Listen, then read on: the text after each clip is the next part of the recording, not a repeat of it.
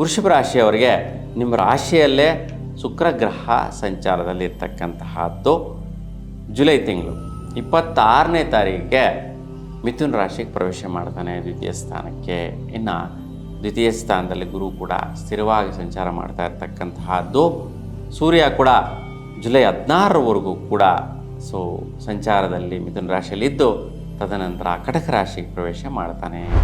ವಿಶೇಷವಾಗಿ ಧನಪ್ರಾಪ್ತಿ ಯೋಗ ನೋಡಿ, ಈ ತಿಂಗಳಲ್ಲಿ ವಿಶೇಷವಾಗಿ ನಿಮ್ಮ ಸ್ನೇಹಿತರಿಂದ ಮಿತ್ರರಿಂದ ನಿಮ್ಮನ್ನು ಹುಡುಕೊಂಡು ಬಂದು ಹಣಕಾಸನ್ನು ಸೆಟಲ್ಮೆಂಟ್ ಮಾಡ್ಕೊಂಡು ಹೋಗುವಂತಹದ್ದು, ದುಡ್ಡು ಕಾಸು ನಿಮ್ಮ ಹತ್ರ ಬಂದು ಸೇರುವಂತಹದ್ದು, ದುಡ್ಡಿನ ವ್ಯವಹಾರಗಳೆಲ್ಲವೂ ಕೂಡ ಸಕ್ಸಸ್ ಆಗುವಂತಹದ್ದು, ಯಾವುದೇ ಕೆಲಸ ಕಾರ್ಯಗಳನ್ನು ಜಯಿಸುವಂತಹದ್ದು, ಇವೆಲ್ಲವೂ ಕೂಡ ಸ್ನೇಹಿತರಿಂದ ಹಿತೈಷಿಗಳಿಂದ ನಿಮಗೆ ಬೇಕಾಗಿರ್ತಕ್ಕಂಥ ವ್ಯಕ್ತಿಗಳೆಲ್ಲರಿಂದ ಕೂಡ ದುಡ್ಡಿನ ವಿಚಾರದಲ್ಲಿ ವಹಿವಾಟುಗಳು ಚೆನ್ನಾಗಿ ನಡೆದು ಬಿಡುತ್ತೆ. ಕೆಲವೊಂದು ವ್ಯವಹಾರಗಳ ಮೇಲೆ ಇನ್ವೆಸ್ಟ್ಮೆಂಟ್ ಮಾಡಬಹುದಂತಹದ್ದು, ಆ ವ್ಯವಹಾರಗಳಿಂದಲೂ ಕೂಡ ನಿಮಗೆ ಫೈನಾನ್ಷಿಯಲ್ ರಿಟರ್ನ್ಸ್ ಬರುವಂತಹದ್ದು ಜುಲೈ 26ರ ನಂತರ ಕೂಡ ನಡೆಯುತ್ತೆ.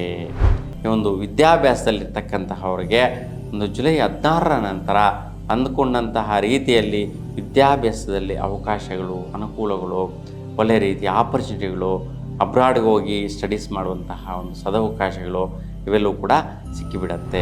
ಶನಿ ಪ್ರಭಾವ ಯಾವ ರೀತಿ ಇದೆಯಪ್ಪ ನಿಮ್ಮ ರಾಶಿಗೆ ನೋಡಿ, ಲಾಭಸ್ಥಾನ ಶನಿ ಸಂಚಾರ ಆಗ್ತಾ ಇರ್ತಕ್ಕಂಥದ್ದಕ್ಕೆ ಭಾಗ್ಯ ಮತ್ತು ಕರ್ಮ ಒಳ್ಳೆಯ ರೀತಿ ಇರುತ್ತೆ. ನೀವು ಮಾಡ್ತಾ ಇರ್ತಕ್ಕಂತಹ ಒಂದು ವೃತ್ತಿ ಆಗಿರ್ಬೋದು, ಅದರಿಂದ ಬರುವಂತಹ ಭಾಗ್ಯದ ಅವಕಾಶಗಳಾಗಿರ್ಬೋದು, ಆದಾಯ ವಿಚಾರ ಆಗಿರ್ಬೋದು, ನಿಧಾನಕ್ಕಾದರೂ ಕೂಡ ಪ್ರಧಾನವಾಗಿ ಬರುವಂತಹದ್ದಿದೆ.